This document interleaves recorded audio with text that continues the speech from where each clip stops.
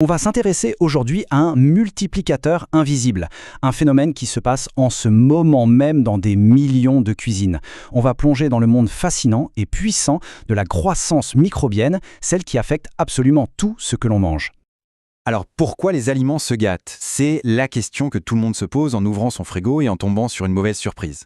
Eh bien, la réponse est au cœur de la microbiologie, et elle est assez fascinante. Parce que non, il ne s'agit pas juste d'une simple décomposition, d'un truc qui vieillit lentement. Non, c'est bien plus que ça. C'est en fait un processus de multiplication, à la fois invisible et incroyablement rapide, un véritable envahissement à l'échelle microscopique. Allez, rentrons dans le vif du sujet. Le principe de base, c'est la division. Une seule bactérie se divise en deux. Puis ces deux-là se divisent à leur tour. Ça en fait 4, puis 8, 16, 32. Vous voyez le principe. C'est ce qu'on appelle la croissance exponentielle. Ça part de rien et ça peut aller très très vite. Et quand je dis vite, la vitesse peut être vraiment stupéfiante. Prenons Escherichia coli, notre petit lièvre ici. Dans des conditions parfaites, sa population peut doubler toutes les 20 minutes. C'est fou. Et à côté, on a la tortue, Mycobacterium tuberculosis, qui a besoin de 1000 minutes, soit presque 17 heures. Cette différence de vitesse, évidemment, c'est un facteur absolument clé en sécurité alimentaire.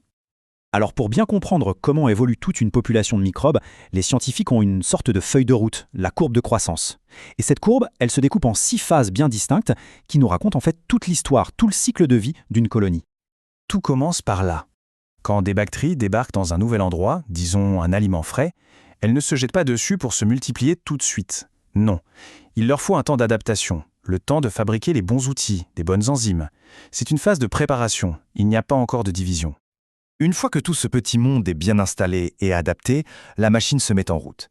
Les cellules commencent enfin à se diviser, la croissance démarre, doucement au début, mais le rythme s'accélère progressivement. C'est vraiment le tout début de l'expansion.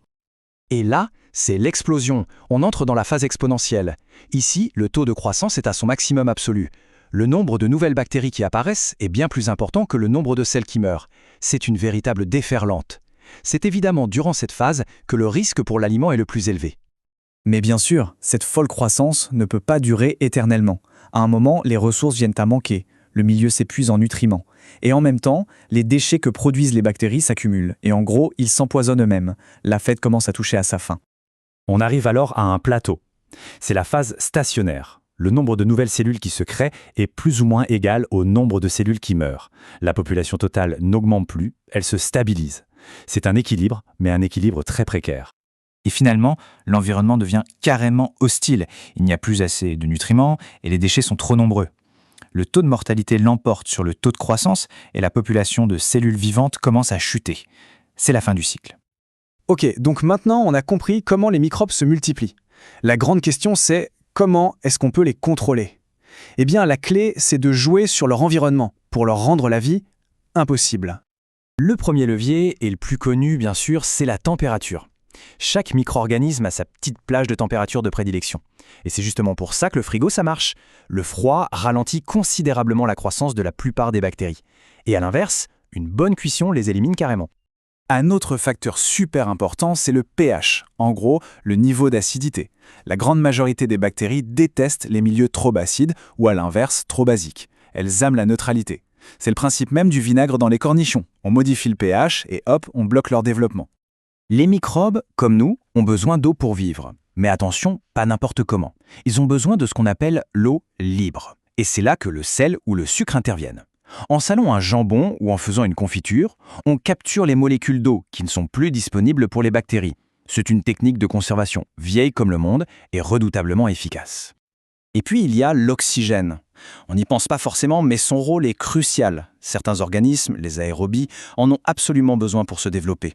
D'autres, les anaérobies, peuvent non seulement s'en passer, mais l'oxygène peut même les tuer.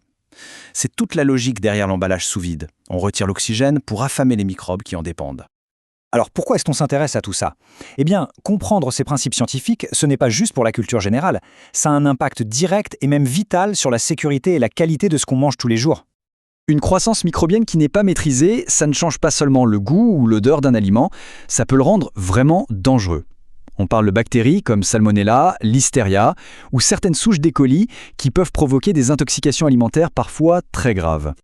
Et tout ça nous amène à cette conclusion, qui résume parfaitement l'enjeu.